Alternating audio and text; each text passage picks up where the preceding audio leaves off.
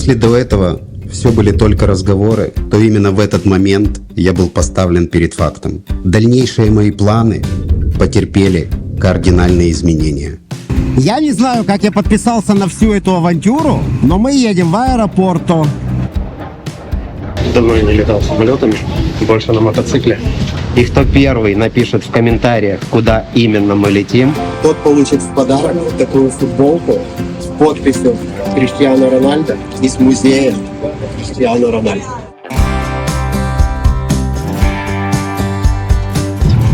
это капец.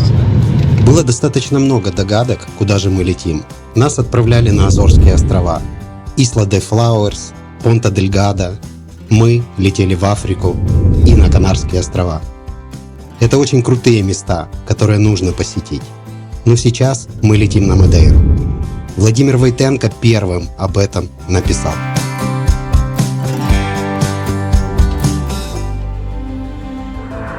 Друзья, я, конечно, в шоке. Я еще никогда так далеко на краю Европы не был.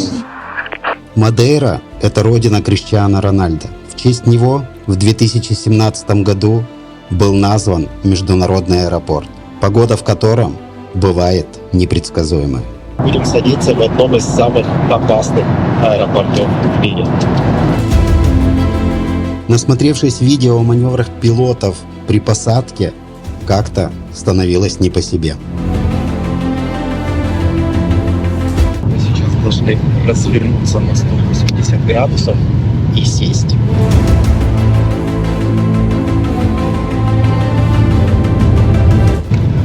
Я так начинает трясти немного.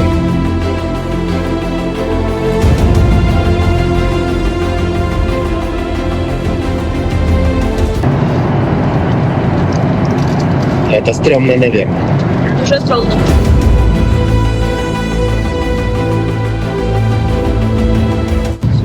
Такой экстрим.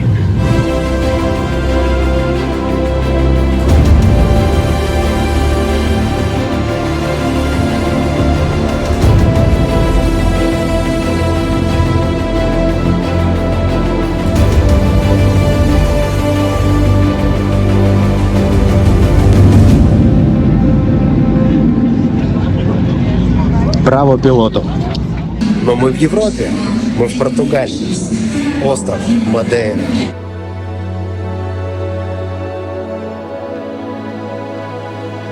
Сейчас нам нужно было встретить представителя компании, которая занимается арендой транспорта. Я был приятно удивлен всему этому сервису. Чувствуется, что клиентоориентация на высоком уровне. Ты счастлива? Да. Отлично. Сейчас еще машинку возьмем. Или мотоцикл? Ну и мотоцикл. Дякую. Дякую. In Ukrainian, yes. Слава Украине. Героям слава. Но нас ждет большой, уникальный остров.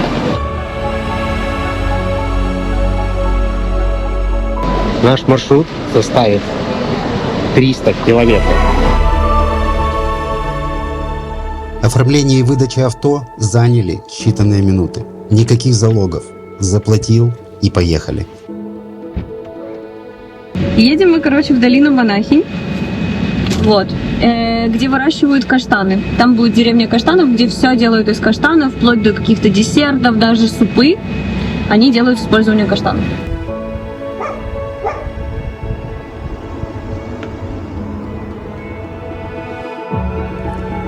Это будет первая точка нашего маршрута.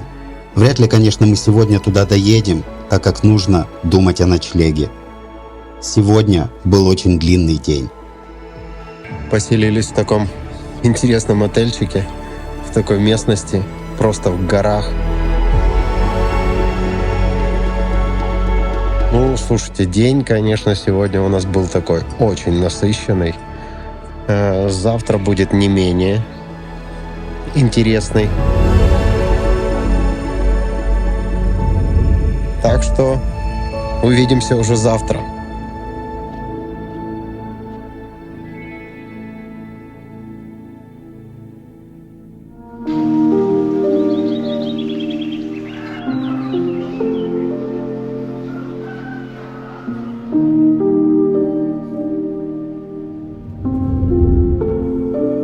Проснувшись утром, мы собирались продолжить наш путь к долине Монахинь. Но В том ресторанчике, в котором мы жили в этой деревушке, они посоветовали, да, это круто. Ну, а что они еще скажут? Конечно, скажут, круто. Но мы идем посмотреть.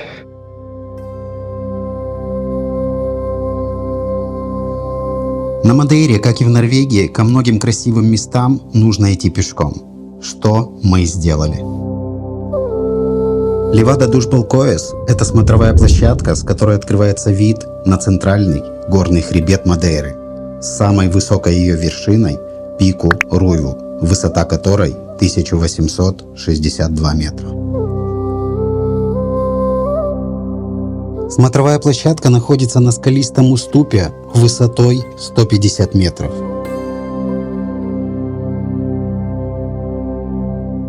Виды, которые открываются, они завораживают. А вот эти вот штуки называются левады. На Мадейре очень много названий, связанных с левадами. Сами левады – это своеобразная визитная карточка Мадейры. Они здесь появились в 15 веке, когда вода стала необходима для полива полей сахарного тростника.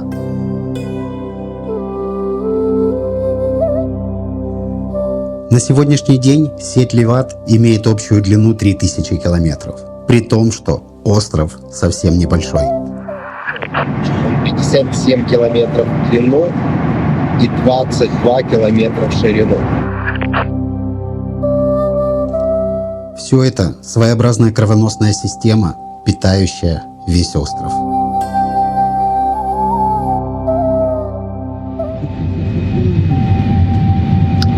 Я вообще никогда не сказала, что это место находится в Европе.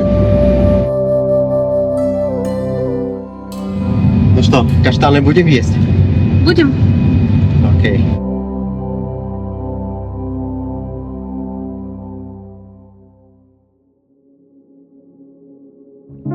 Мы продолжаем путь к долине Монахинь.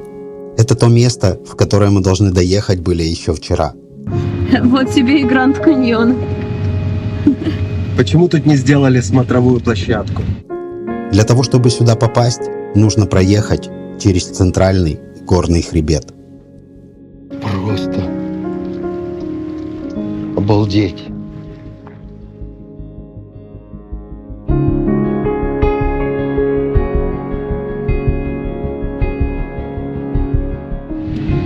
Но дорога здесь сразу чуть-чуть. И уши закладывает. Да.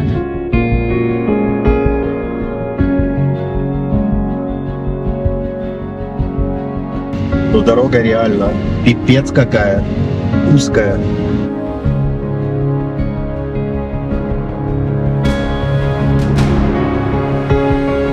Мы добрались до крошечной деревушки Куралдас-Фрейраш, долина Монахинь, которая расположена на высоте 1000 метров над уровнем моря. Ну, дорогу вы видите, она, конечно, такая тяжелая.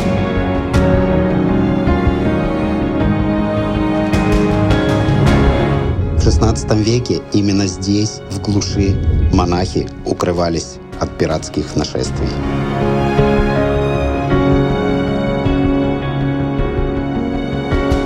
Но также она славится тем, что здесь каждый год проходит фестиваль каштанов. Их используют везде. Вплоть до каких-то десертов, даже супы, они делают использование каштанов.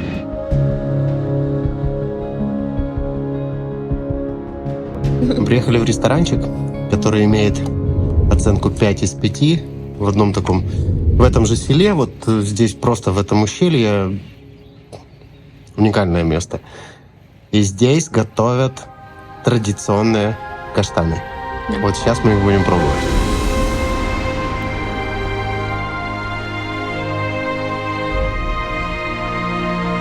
Если честно, вот так. Мне больше нравится, чем это было в Стамбуле. Ну, какие-то другие, немножко с таким ореховым вкусом. Обалденные. Рекомендую. Все это благодаря климату Мадейры. Здесь температура зимой не опускается ниже 13 градусов. Летом не повышается выше 26. Вот такой вот он, остров вечной весны. Очень удачное место для того, чтобы приехать сюда на пенсию, купить какой-нибудь домик и провести остаток жизни. Чему бы нет? Но все это было только начало нашего путешествия по этому удивительному острову. Сейчас нам нужно было спуститься с гор и держать путь к самой восточной части острова, которую еще называют необитаемый остров.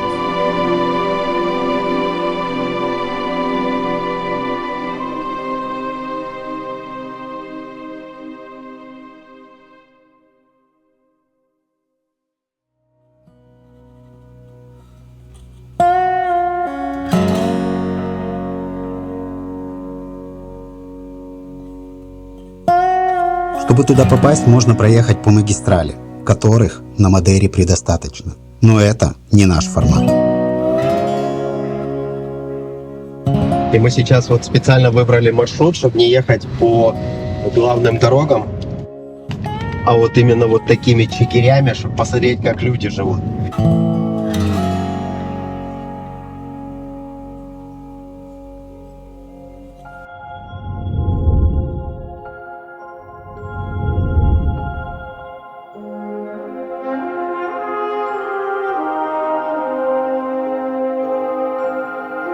До самой крайней точки острова нам нужно пройти 3 километра. Эта часть острова не имеет деревьев. В этом и есть ее уникальность. Здесь можно увидеть остатки вулканической породы, которые впечатляют своими формами. Просто вот эти горы разноцветные, лавовые. Для меня это было открытием. Они имеют такой масштаб, что просто офигеть. Но не только разноцветные скалы, торчащие из воды, привлекают сюда туристов. Есть еще одно место, куда мы стремимся. Вот эта дорога, она ведет к пляжу, он песчаный, там с черным песком. Хочется помочить ноги в океане. Песок, конечно, не совсем черный. Но ничего, к настоящему черному песку мы еще доедем. Вода ледяная. Ледяная? Градусов 17, наверное. Эта часть Мадейры не похожа на то, что мы уже видели. Но в ней тоже есть свой интерес.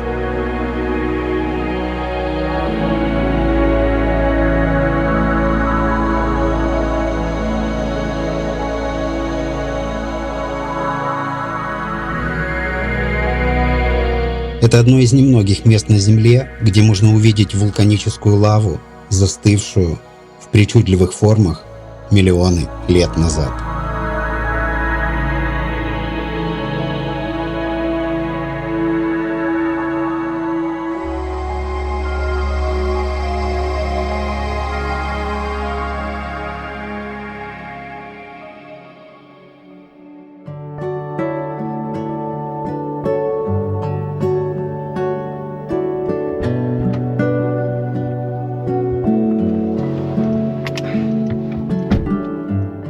Далее мы решили объезжать остров с северным побережьем. Там очень много красивых видов на океан и необычных природных бассейнов. Но при этом мы поехали не по основным дорогам, о чем ни разу не пожалели. Ну, горы тут, конечно, прикольные, то есть вообще и дороги классные. Когда едешь этими лесами, этими старыми дорогами, ты погружаешься в какой-то другой мир. Эта природа, которая тебя окружает, она завораживает. Все эти тропические леса с разнообразием флоры появились здесь благодаря португальским мореплавателям. На протяжении 300 лет со всего мира свозили множество растений и высаживали их на Мадейре.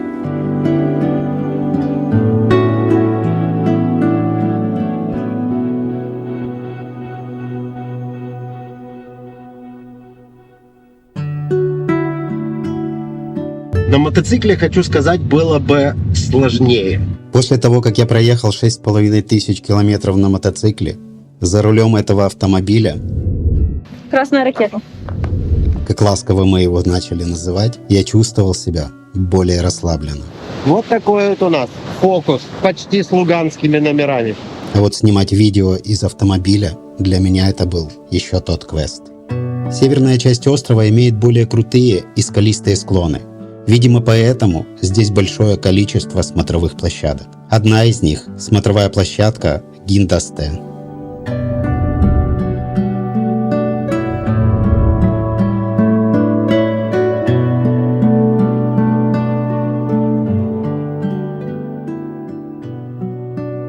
А вон там вот тот бассейн. Но это не природный бассейн. Настоящий лавовый мы с вами еще увидим. К сожалению, почему-то бассейны сейчас закрыты. Но это легко объяснить. Не каждый залезет в воду, температура которой не поднимается выше 20 градусов.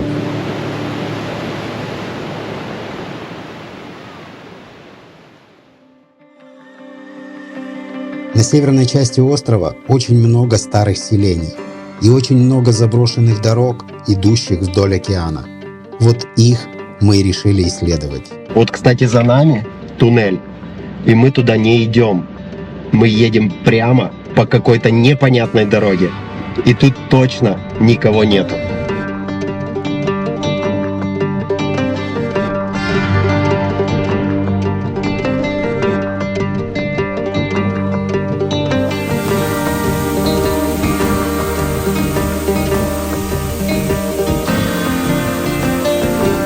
Вообще, наверное, никто не ездит, кроме нас, дебилов.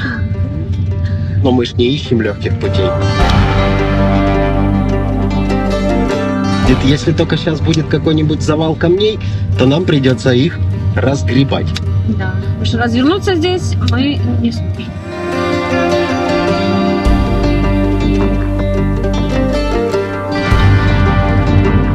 Блин, какие папоротники растут. А те, кому не нравятся эти дороги, могут выехать вот с этого туннеля. Вот так, этими древними дорогами мы выехали к руинам старых заводов по производству сахарного тростника. Сахарный тростник на Мадейре начинают производить с 15 века. Тогда остров стал одним из крупнейших поставщиков сахара в Европу. И вот эти вот ливады специально были для подачи воды с гор. Эти заводы строились здесь с первых дней заселения острова. Находясь здесь и видя все, что тебя окружает, испытываешь очень странное ощущение. Вот в этой местности чувствуешь себя как-то так вот в старине.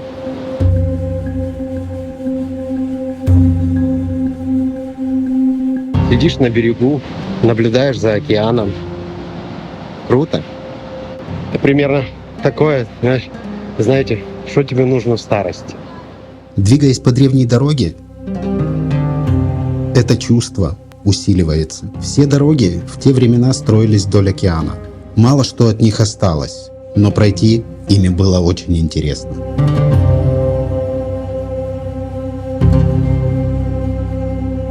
Когда-то был мост.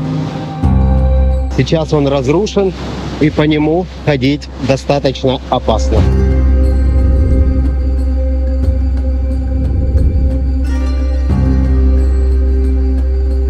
Некоторые дороги использовались длительное время. Что с ними стало сейчас, об этом мы еще узнаем.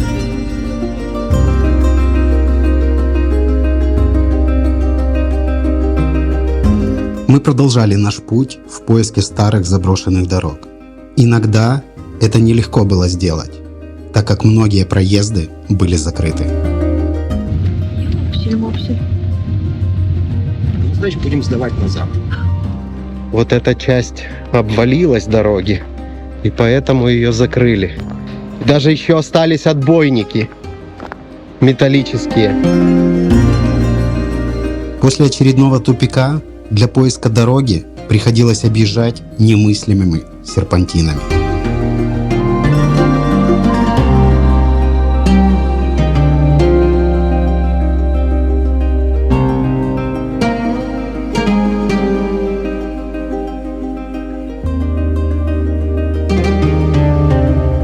что-то я, конечно, наверное, в этой дороге нашел. Если посмотреть, какой туда идет спуск и потом какой подъем, то этот серпантин просто пипец. Этот серпантин нам предлагает спуститься прямо к ним вниз. Если все мое путешествие, путь к краю земли я как-то готовил, каждый готовится к путешествию по-разному. Я прорабатываю весь маршрут для того, чтобы быть готовым к неожиданностям. Мадейра появилась спонтанно. В этот момент я был поставлен перед фактом. Дальнейшие мои планы потерпели кардинальные изменения. Я не знаю, зачем я ту точку поставил. Наверное, хотел увидеть вот эту дорогу. Вот так мы сидим, просто на уклоне. Иногда мы двигались, как слепые котята.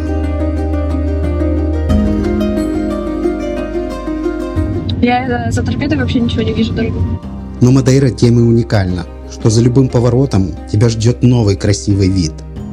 Будь то поселок в окружении гор или бескрайний океан.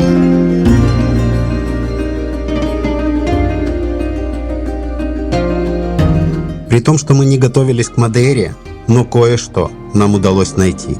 Мы продолжаем путь по старым дорогам, иногда упираясь в тупик. Но нас это не останавливало. Опять уехали в какие-то дебри. Там, где вообще пишут, что дорога закрыта. А мы так хотели туда проехать. Но нас это не останавливало. Но мы сейчас туда пойдем пешком.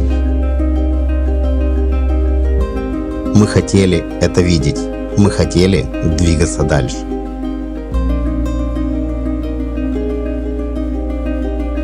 Увидела бы нас наша мать, она бы нам сказала все, что она думает по этому поводу. Весьма популярная дорога ЕР-101, ведущая вдоль океана, имеет заброшенные участки. Но нам по-любому по нему надо пройти. Самое интересное, он проходит под новым туннелем. Один из них приведет к ущелью реки Рибера ду Инферно.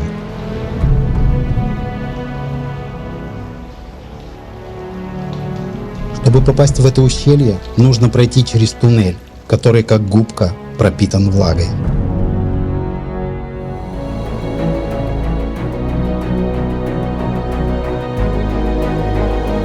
Рибера ду Инферно – очень мистическое место. Здесь чувствуешь себя на границе миров, где реальность переплетается с чем-то невидимым.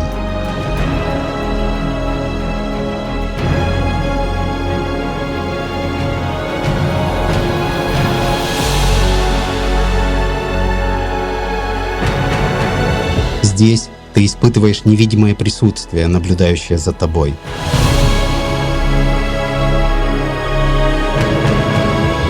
Звуки становятся тише, а время замедляется.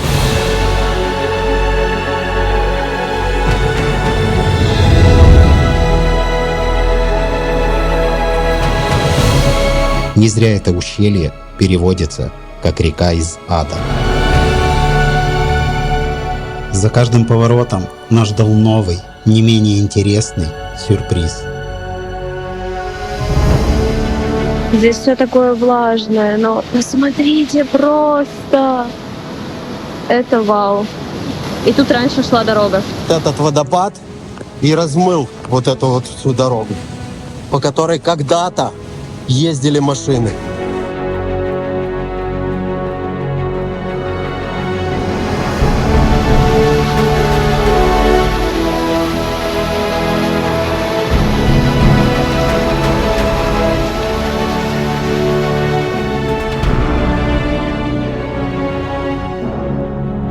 Сегодня мы открыли для себя новый мир.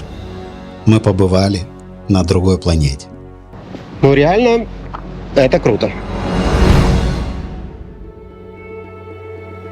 День выдался насыщенный, с новыми открытиями и новыми впечатлениями. Именно так и должно быть в путешествии, пусть даже непредвиденном.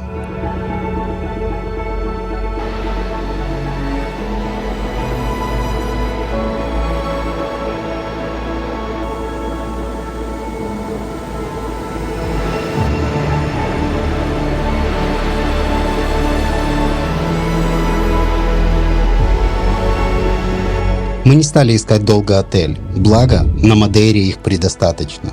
И все они примерно в нашем бюджете.